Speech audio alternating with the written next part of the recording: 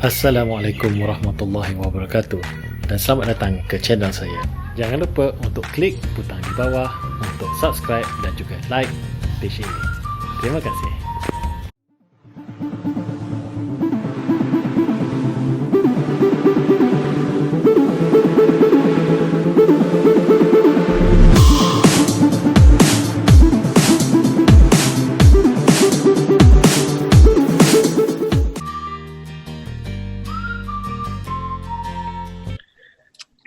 Okey.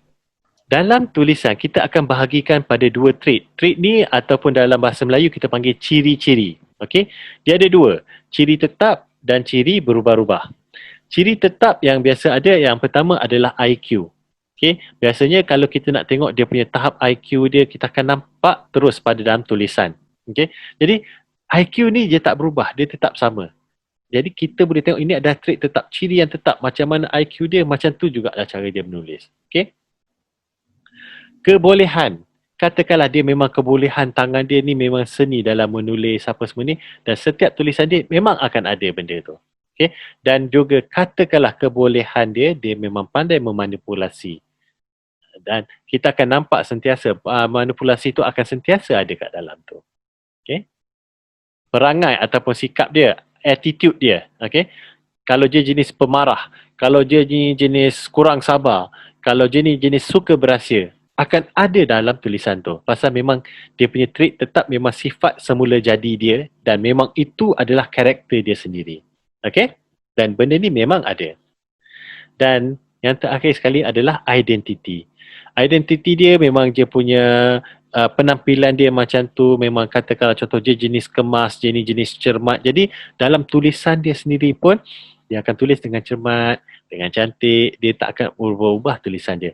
Dan sekiranya ada kesilapan, dia biasa dia tak cancel banyak, dia akan cancel mungkin sekali ataupun mungkin dia akan gunakan liquid paper, dia akan pastikan betul-betul padam, lepas tu dia akan tulis balik. Identiti dia memang seorang yang pembersih. Jadi kita akan nampak juga dalam tulisan dia. Ini adalah trait tetap. Selain pada trait tetap, ada trait berubah-ubah. Okey? Trait yang berubah-ubah antara contohnya kemampuan. Katakanlah kalau sebagai contoh, bila, okey, macam cerita tadi, ada antara kawan-kawan semua mungkin membuat cerita tentang sebagai contoh membela kucing. Okey? Tak pernah bela kucing tapi nak cerita tentang bela kucing. Jadi akan ada akan teragak-agak sedikit untuk menulis tentang kemampuan masing-masing. Okey, untuk bercerita tentang benda tu. Jadi kita katakanlah contoh, sebagai contoh, masa tu kita rasa kita boleh berjaya untuk satu kertas proposal. Dan kita tahu benda ni memang subject matter expert kita. Kita akan menulis dengan lebih lancar pasal kita tahu kita mampu. Katakanlah sekiranya bos memberi kita kerja yang agak sukar yang kita tak mungkin dapat buat. Apabila kita menulis draft dia tersebut, akan ada sedikit macam reluctant kat situ. Kita rasa macam, boleh ke tak, boleh ke tak. Dan akan nampak trait tu. Okay? Jadi trait ni dia boleh berubah-ubah. Sikap. Sikap kita acuh tak acuh, masa tu katakanlah macam contohnya lah. Kan sekarang musim PKP ni, lepas tu kita kena tulis dalam buku, kena, orang kata apa, tembak kepala sendiri. Okay? Jadi kita kena tembak kepala sendiri, kita nak tulis tu. Saya tak cerita orang lain, macam saya sendiri juga. Nak pergi ke kedai. Kadang-kadang kita pun tak tahu barang ada ke tidak. Bila kita tengok, alah nak kena tulis tu. Jadi kita punya tulisan tu macam antara tulis dengan tidak. Ya, apa tu, nombor pun kadang-kadang nombor 9 tu nak kata macam 5 pun ya, nombor 1 pun ya. Pasal sikap kita tu macam kita macam malas nak tulis. Alah, nak kena tulis lagi ke? Lecehnya apa. Dah lah kena batu panjang. Lepas tu nak kena tulis nama lagi. Bila masuk dalam kedai, belum tentu lagi ada barang yang kita cari. Itulah yang masa tu kita akan jadi sikap acuh tak acuh, malas tak. Cuba kalau kita pergi kat satu tempat yang memang kita suka. Kita memang rasa seronok. Sebagai contoh, kaunter nak bagi hadiah. Okay, nak bagi hadiah percuma dan sekiranya nombor kita dan juga ada pencabutan bertuah.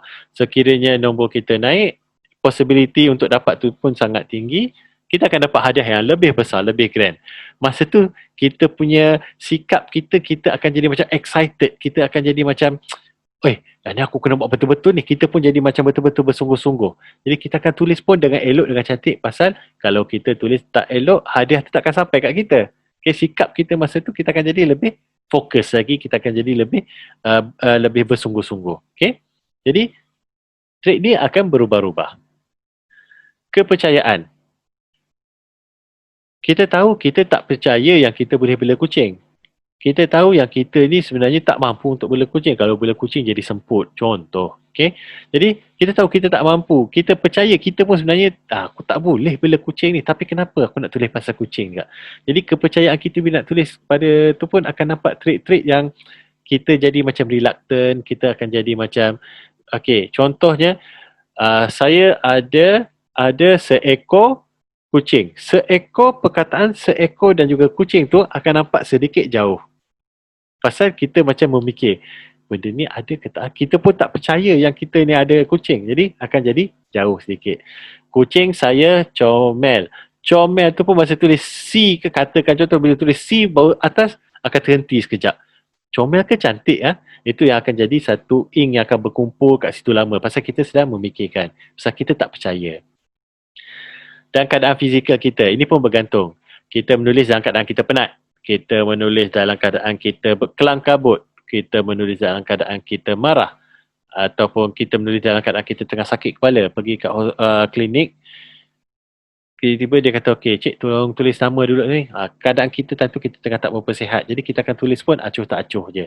Okay? Lebih kurang je kita tulis. Benda ni akan ada trait-trait tertentu yang akan nampak tidak sama pada tulisan kita. Okay? Boleh ya? Okay. Kenapa trait ni penting? Sebab dalam analisa tulisan tangan, kita akan menggunakan 3 kaedah. Kaedah yang pertama dipanggil kaedah trait.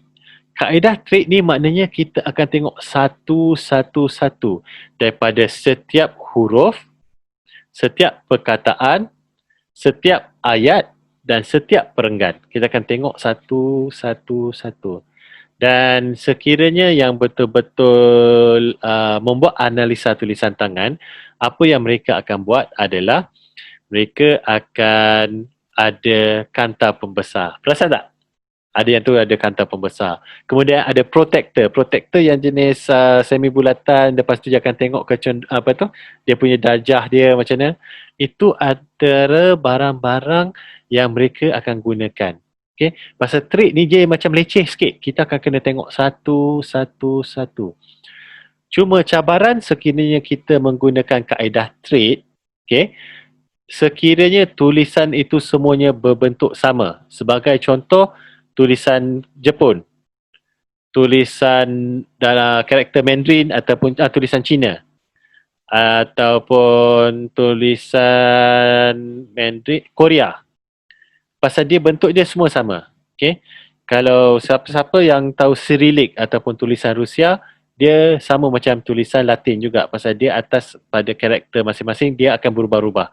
Okay? Tapi macam tulisan Jepun, tulisan Cina, tulisan Korea, bentuk dia tetap sama. Okay? Jadi agak sukar sekiranya kita menggunakan kaedah trait ni untuk melihat satu-satu tulisan. Oleh sebab itu, di situlah datanya kaedah Gestalt. Kaedah Gestalt ni kita tengok, kita pegang selai kertas, kita tengok secara keseluruhan dia semua sekali macam mana. Itu antara yang kita akan tengok. Dia satu, sama ada kita akan pegang kat belakang dia, macam mana dia punya pressure dia, tekanan tulisan tu. Dia akan tekan ataupun kurang tekan. Okay? Kita akan pegang rasa-rasa kat belakang. Okay?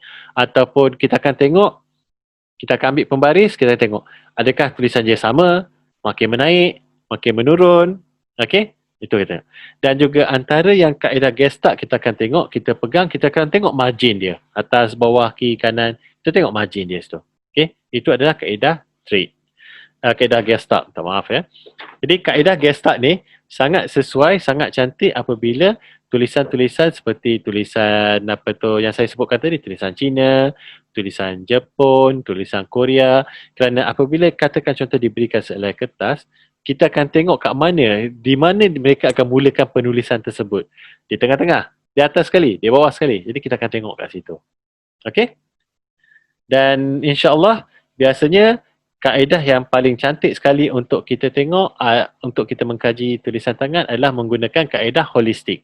Holistik mana kita gabungkan dua-dua sekali lah. Kita gabungkan, kita tengok kat sini, oh trik yang ni tak ada, okey kita tengok gestart. Mula kita tengok trik dulu, payahlah nak baca trik ni, kita tengok pula gestart. Oh gestart ni kita nampak macam ni.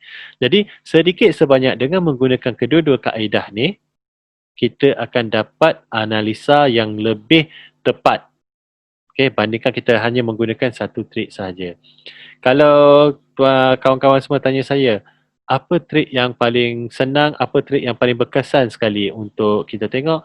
Pada saya, satu berdasarkan pada pengalaman kita sendiri, dan yang kedua, pada saya lebih baik kita menggunakan dua-dua sekali. Okay? Kerana kalau seorang betul sedang berfikir untuk melakukan sesuatu dengan dua orang yang sedang berfikir untuk melakukan sesuatu, lebih baik dua orang pasal dapat idea yang berbeza. Serupa juga dengan kaedah ni, kita ada kaedah holistik, kita ada kaedah gestalt. Jadi kita gabungkan dua-dua untuk jadikan kaedah trait, kaedah gestalt kita gabungkan dan akan jadi kaedah holistik yang lebih menyeluruh. Nama pun holistik. Okey, dia cover semua sekali.